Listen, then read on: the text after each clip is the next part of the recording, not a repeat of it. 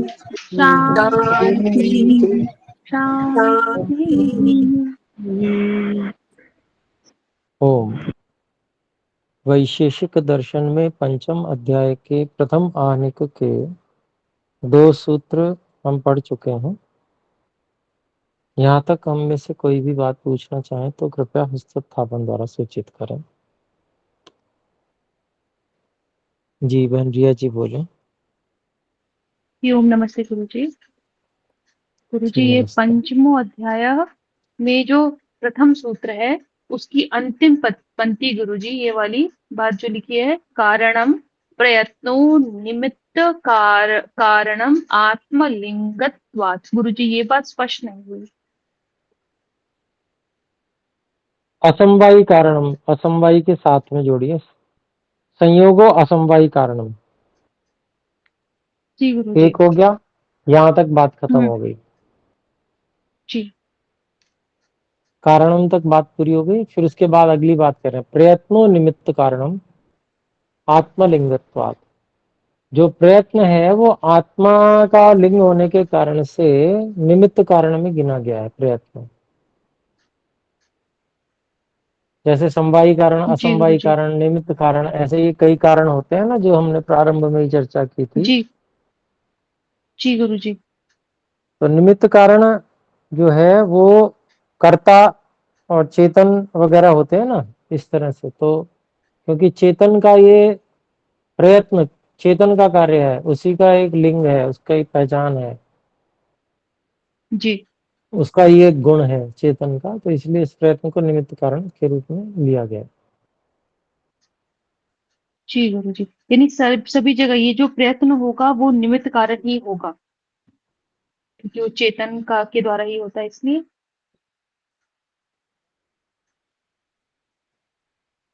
परिस्थिति देखनी पड़ेगी वहां पर। अभी ऐसे कैसे हम सभी जगह की बात कर सकते हैं। जी गुरुजी। अभी जैसे मान लीजिए कोई परिस्थिति आती है, उसमें क्या किस चीज का कारण देखा जा रहा है, वो सब देखने के बाद ही तो हम कोई निर्णय कर पाएंगे। जी गुरुजी। अधिकांश में वैसे आपकी बात ठीक हो सकती है।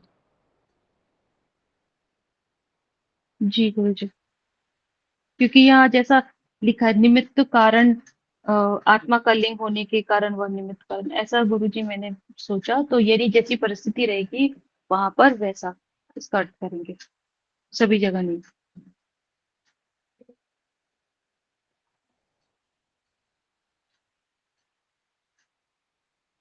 हाँ, यहाँ पर जैसे कर्म के हम कारण देख रहे हैं, ठीक है। जी गुरुजी। तो किस चीज के हम कारण देख रहे हैं वो सब देखना पड़ेगा, ठीक है। जी और कोई गुरुजी। बात है? नहीं गुरुजी, स्पष्ट हो गई बात। धन्यवाद गुरुजी। ठीक है जी, धन्यवाद जी। भाई आशीष जी कृपया बोले।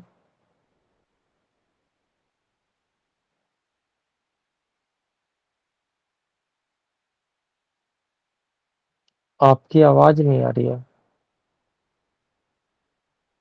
एक बार लेफ्ट होके दोबारा ज्वाइन होइए।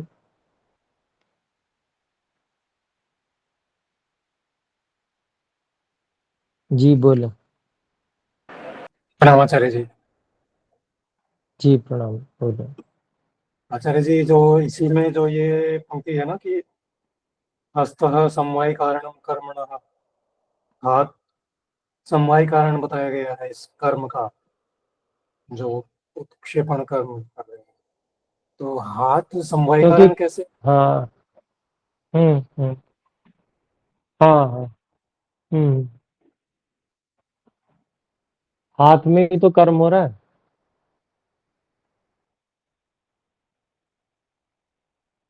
हाथ में या हाथ से हो रहा है, हाथ के कारण हो रहा है?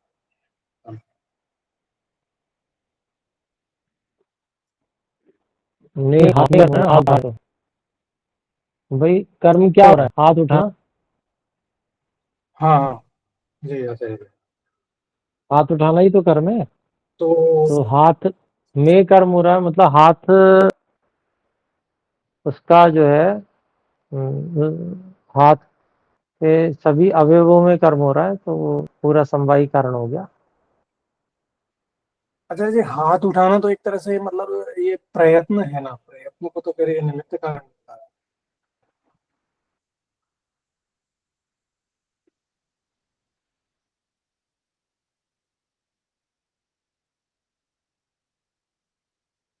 अलग अलग समझना पड़ेगा ना आत्मा को।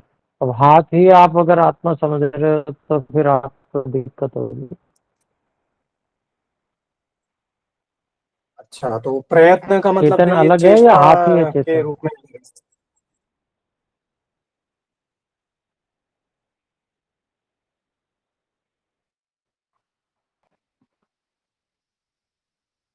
प्रयत्न आत्मा का है। जी ऐसे। ये तो हम पहले भी हाँ, नहीं नहीं। इस पे चर्चा हाँ कराए ना हाँ। सारी। जी जी जी ऐसे। जी। वो ठीक है, कारण तो ठीक है। है। धन्यवाद। हाँ हाँ, समझ गया, समझ गया। जी अच्छा, धन्यवाद। जी धन्यवाद।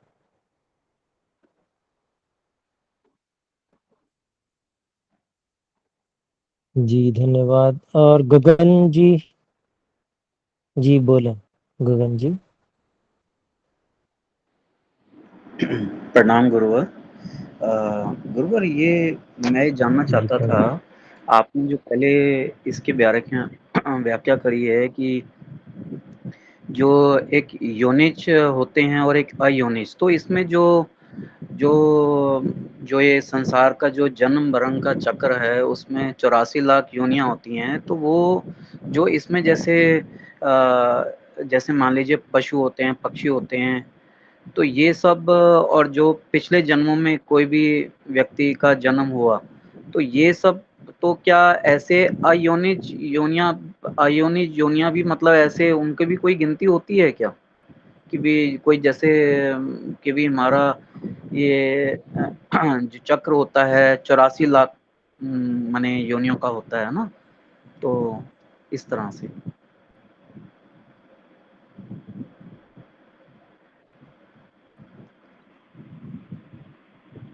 जी आपका प्रश्न पूरा हो गया हो तो कृपया म्यूट कर लीजिए। हाँ अच्छा, हाँ जी। जी धन्यवाद। जी देखिए, क्योंकि आप वैशेषिक दर्शन ही पहली बार पढ़ने लग रहे हैं तो इस कारण से आपको जैसे योग दर्शन भी पढ़ते तो आपको पता होता। खैर इसके विषय में बता देता हूँ। देखिए, जो बहुत सारे कर्म इस जन्म में किए जा रहे हैं तो अगले जन्म में एक ही जन्म का वो कारण बनते हैं। एक या मुख्य एक या कुछ जन्मों का कारण बन सकते हैं, जब तक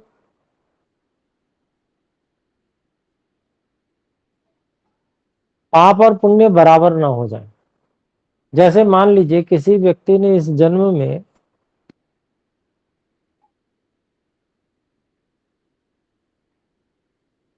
70% बुरे कर्म किए और 30% केवल अच्छे कर्म किए,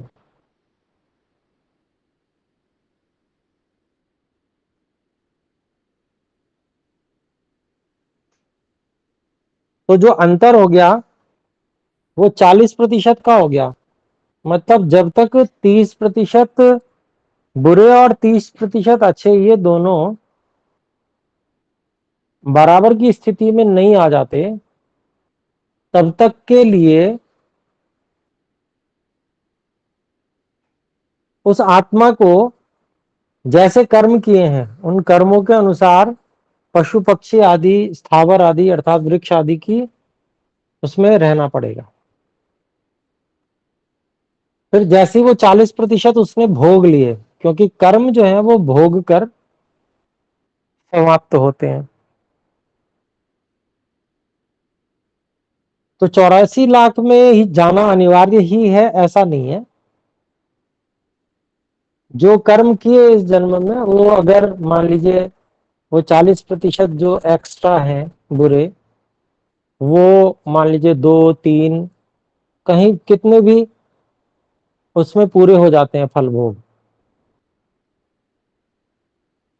तो फिर मनुष्य जन्म फिर से मिल जाएगा, लेकिन सामान्य मनुष्य का जन्म, क्योंकि पाप और पुण्य बराबर बराबर है। तो ये एक ढंग है। उसमें जो जन्म मिलता है, अब मान लीजिए जो बुरे कर्म है,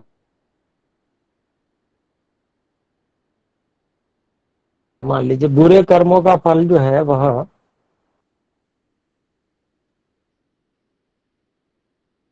पशु पक्षी और वृक्ष आदि है। तो अब ये पशु पक्षी और वृक्ष आदि जो इन 40% जो बुरे अतिरिक्त किए हैं, इनको भोगने के लिए जा सकता है, तो वहां पर फिर वो निर्धारण ईश्वर करते हैं कि भाई कहाँ जाना है, योनिज में जाना है, अयोनिज में जाना है, योनिज में जाना है तो किन में जाना है, अयोनिज में जाना है तो किन में जाना है, क्योंकि अयोनिज भी अनेक हो सकते हैं। कुछ कीड़े ही भूमि फोड़ कर निकलते हैं, या कुछ जो वृक्ष हैं वो भी सब अयोनिज होते हैं, वृक्ष वनस्पति आदि भूमि से निकलते हैं। कर्मों के अनुसार ईश्वर करते हैं कि किस जैसे किस प्रकार के कर्म हैं, बुरे कर्म हैं तो अतिरिक्त, तो उस प्रकार की उनको कुछ योनि या एक योनि या अयोनि, जहां ईश्वर उपयुक्त समझते हैं वहां पर वो जन्म देते हैं। जब कर्मफल भोग पूरा हो जाता है 40% का, फिर उसके बाद में जब 30 और 30% अच्छे 30% बुरे, ये हमारे बराबर के बच गए, तो मनुष्य जन्म प्राप्त हो जाता है। ऐसे ये क्रम है।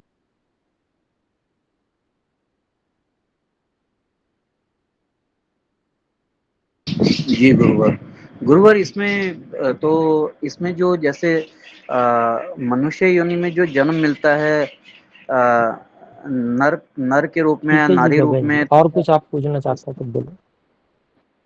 जी उसमें भी गुरुवर जो आप जैसा बता रहे हैं, तो उसमें मैं मेरा एक प्रश्न और था कि जैसे मनुष्य योनि में जैसे जन्म मिलता है तो नर नर रूप में मिलता है और नारी के रूप में है, मादा रूप में, तो वो क्या इसमें भी कुछ ये इसी का ही कुछ मतलब कारण से होता है? कर्म का, हाँ कर्म भेद ही रहते हैं, कर्म भेद रहते हैं, तो उसी के कारण से रहता है। जैसा कर्म वैसा फल, ये ईश्वर का न्याय है।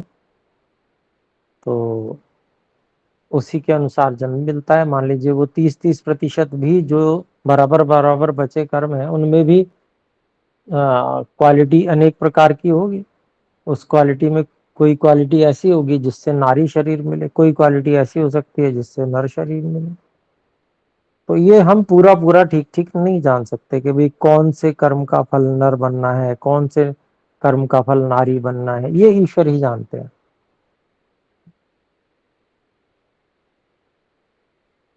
हमको तो बस एक बहुत मोटी सी बात समझनी चाहिए। एक तो ये कि अच्छे कर्म का अच्छा फल, जितना कर्म उतना फल, और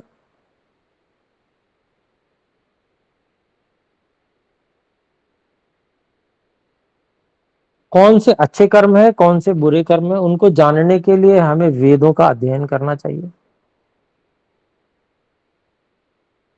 और जब तक वेदों का अध्ययन नहीं हो रहा, मान लीजिए हम प्रयास तो कर रहे हैं पर अभी समय लगेगा, तब तक के लिए हमें ये समझना चाहिए कि जैसा व्यवहार हम अन्यों से अपने लिए नहीं चाहते ऐसा हम न करें, जैसा हम चाहते हैं कि हमारे साथ होना चाहिए ऐसा ही हम करें अन्यों से भी। हम अपने लिए न्याय चाहते हैं, ऐसे ही हम न्यायपूर्ण व्यवहार सभी से करें।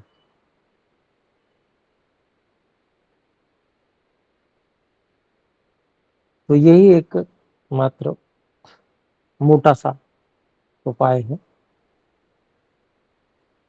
ठीक है, तो गुरुवर बड़ा अच्छा से मेरे को क्लियर हो गया, स्पष्ट हो गया।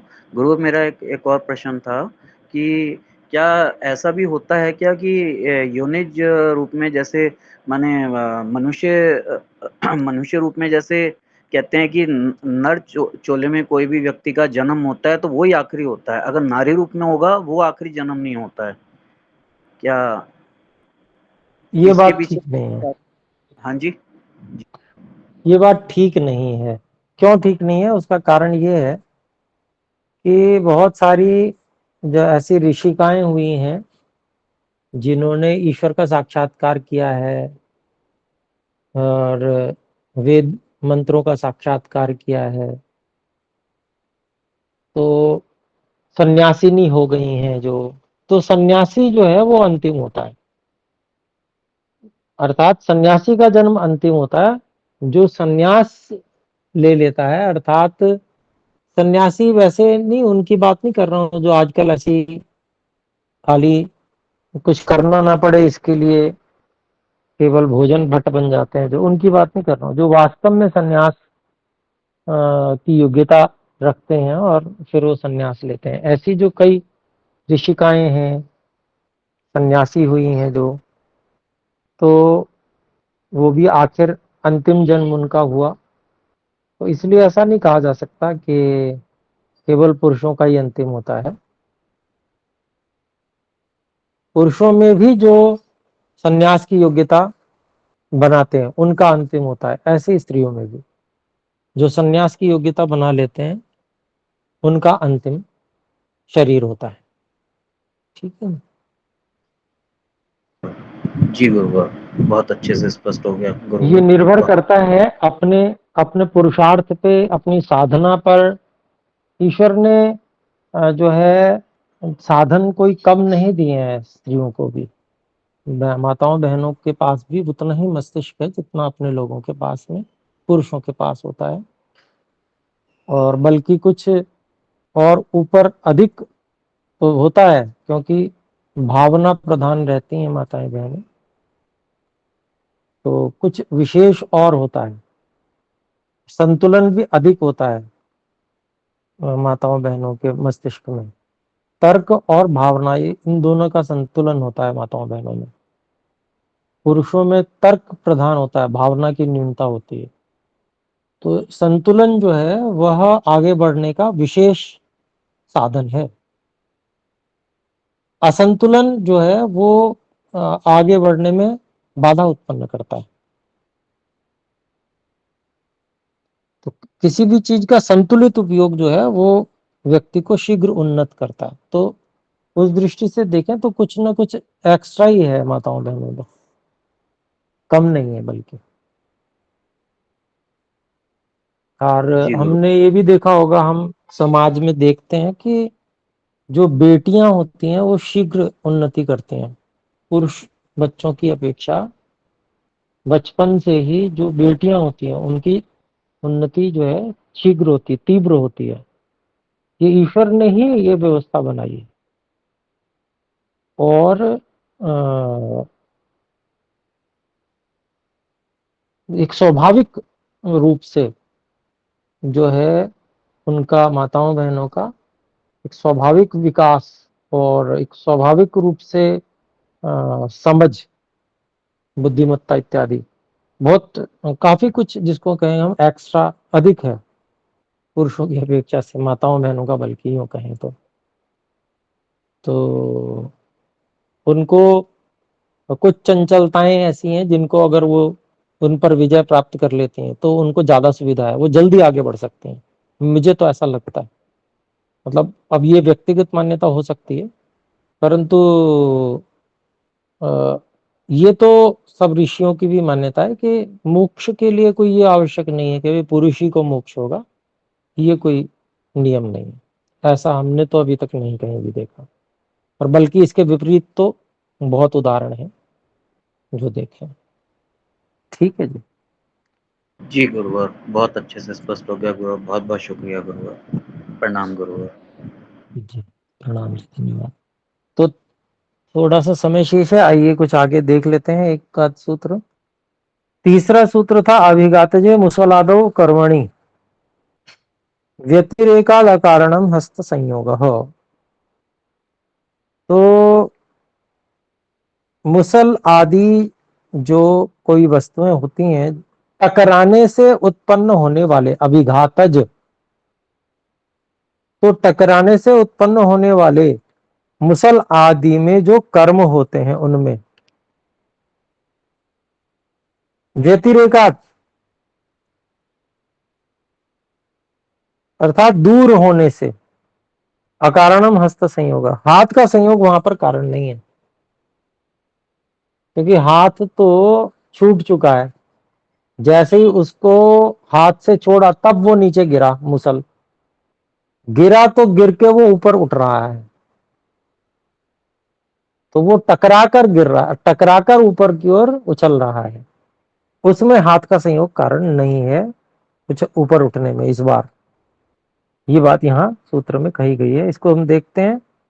मुसलादो अभिघातेज कर्मणि को खोलते हैं। मुसलादो नीचई उदूखलेन सह खलु अभिघातात् जाते मुसलस्य खलु उत्पतन कर्मणि। तो कहते हैं यहाँ पर स्वामी जी बोल रहे हैं इसको कि मुसल आदि में, मुसल आदि जो है उसमें नीचई उदूखलेन, तो नीचे वाले जो उदूखल है, उखल भी कहते हैं उसको, उखल और मूसल दो चीजें होती है ना, तो उखल नीचे वाले को कहते हैं, मूसल ऊपर डंडे को कहते हैं जो बड़ा सा होता है। तो नीचे वाले उखल के द्वारा, तो मूसल आदि में नीचे वाले उखल के द्वारा, उखल के साथ में सह खलु अभिघातात, निश्चय से, चोट टकराने से, चोट करने से या टकराने से, अभिघातात, जाते अभिघातात जाते मुसलस्य खलु, उत्पन्न होने वाले, उत्पतन ऊपर उठने के कर्म में, उत्पतन कर्मणि, किसके, मुसल के, तो मुसल के ऊपर उठने के कर्म के उत्पन्न होने पर, तो अभिघातात मुसलस्य खलु उत्पतन कर्मणि जाते, ऐसे जाते को इधर ले आएंगे तो अर्थ ठीक बढ़िया बन जाएगा। तो मुसल आदि में नीचे के जो उखल के साथ में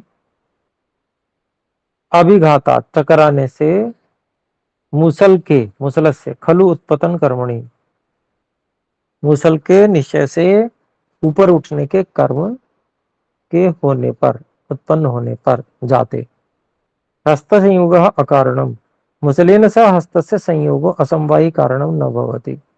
तो यहां पर जो है मुसल के साथ में हाथ का जो संयोग है वो असमवायी कारण नहीं होता है। क्यों, व्यतिरेकात, बिना भावात, मतलब उस समय हाथ का संयोग वहां पर है ही नहीं, उसके बिना ही वो अपने आप ही वो हो रहा है, हाथ के संयोग के बिना नहीं हो रहा, हाथ के संयोग के बिना ही वो उछलना हो रहा है दोबारा। हस्त संयोग है ना बिना अपि खलु उदूखलाभिघातात, तो हाथ के संयोग के बिना भी निश्चय से उखल के टकराने से, उदूखल अभिघातात, उखल के टकराने से मुसलादौ उत्पतनम तु भविष्यति एव, मुसल आदि में जो ऊपर उठना तो होगा ही, तत्र मुसल आदि समवायी कारणम तो भवति एव, वहां मुसल आदि समवायी कारण तो तब भी रहता है, लेकिन हाथ का संयोग रूपी जो असमवायी कारण था वो वहां से हट चुका है, ये बता रहे हैं। आशीष जी बोले। नहीं, स्पष्ट हो गया आचार्य जी, धन्यवाद। वो यही पूछना था कि व्यतिरेक का क्या था। ठीक है, हो गया, ठीक है, स्पष्ट हो गया। ठीक है, धन्यवाद। तो चौथे सूत्र को और देखते हैं अपने लोग। तथा आत्म संयोगो हस्त कर्मणि, तो ठीक वैसे ही आत्मा का जो संयोग है वो हाथ के कर्म में कारण नहीं है। हाथ का कर्म क्या है,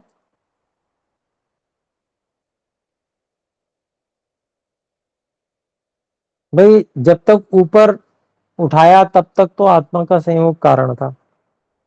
अब नीचे आने में कोई, नीचे आ तो गुरुत्वात पतनम हो रहा है ना, उसमें हाथ में कुछ भार है, गुरुत्वाकर्षण शक्ति है भूमि की, तो भार के कारण से वो नीचे आ रहा है हाथ।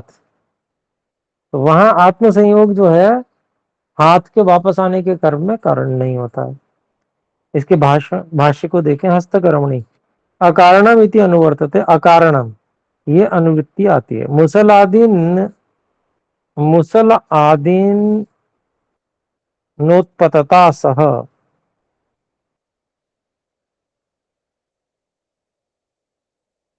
मुसल आदिना उत्पतता सह, मतलब ऊपर उठते हुए मुसल आदि के साथ में, हस्त से उत्पतन कर्मणि हाथ के ऊपर उठने के कर्म में आत्म संयोग है। प्रयत्नादि गुणवतः आत्मनः संयोग, प्रयत्न आदि गुणों वाले आत्मा का संयोग, हस्तेन सह संयोग हाथ के साथ संयोग, कारणम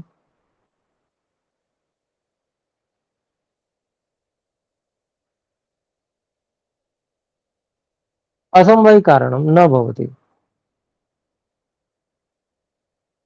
असमवाय कारण यहाँ पर नहीं मना कर रहे हैं, नहीं होता।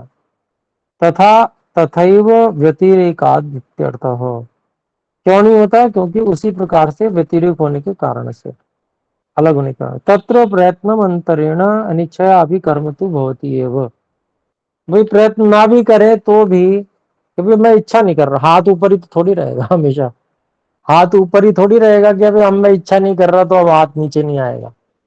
भाई मैं नहीं भी इच्छा कर रहा हूं तो हाथ तो नीचे आएगा ही आएगा, ये कहने का अभिप्राय है। तत्र प्रयत्न अंतरेण अभी अनिच्छया अभी कर्म तो भवती एव, कि प्रयत्न नहीं भी करेगा क्योंकि भार होने से वो तो नीचे आएगा ही, अनिच्छया भी, इच्छा नहीं भी करेगा व्यक्ति तब भी वो कर्म तो होगा ही, इसलिए उसको कर्म नहीं कहा, कारण नहीं कहा।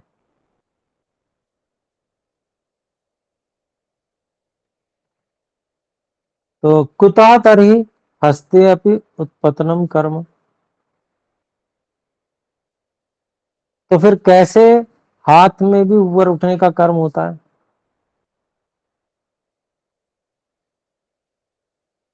भाई हाथ जो है, मान लीजिए मूसल को छोड़ दिया लेकिन फिर से वो स्थिति तो बनी रहती है कि पकड़ के रखने जैसी मूसल को, नहीं तो अगर बिल्कुल ही छोड़ दिया तो मूसल गिर जाएगा। तो भले ही नीचे आते समय हाथ से एक बार को उसको ढीला छोड़ दिया है, लेकिन हाथ का संयोग फिर से किया जाता है उसमें मूसल के साथ में।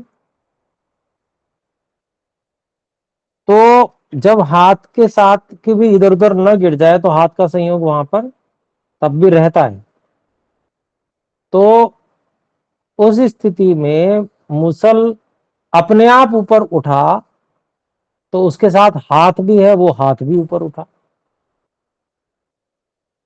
नीचे टकराने के बाद में हाथ से उठाया नहीं, लेकिन वो स्वाभाविक रूप से उछला।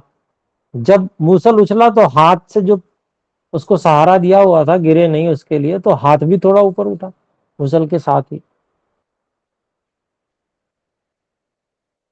तो ऐसा जो ये उत्पतन है, फिर हाथ में भी जो ऊपर उठना है वो कर्म कैसे हो रहा है उसके बारे में कहते हैं, उसका उत्तर देते हैं।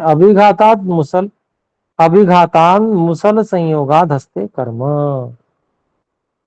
तो वहां पर ये बता रहे हैं कि भाई क्योंकि चोट पड़ी है, चोट पड़ी मतलब वहां से टकराया है मूसल, तो टकराने के कारण से मूसल के संयोग से हाथ में कर्म हो रहा है। इसके भाष्य को अगली बार देख लेंगे, अभी समय समाप्त हुआ। आइए एक बार ओम का उच्चारण करें। ओ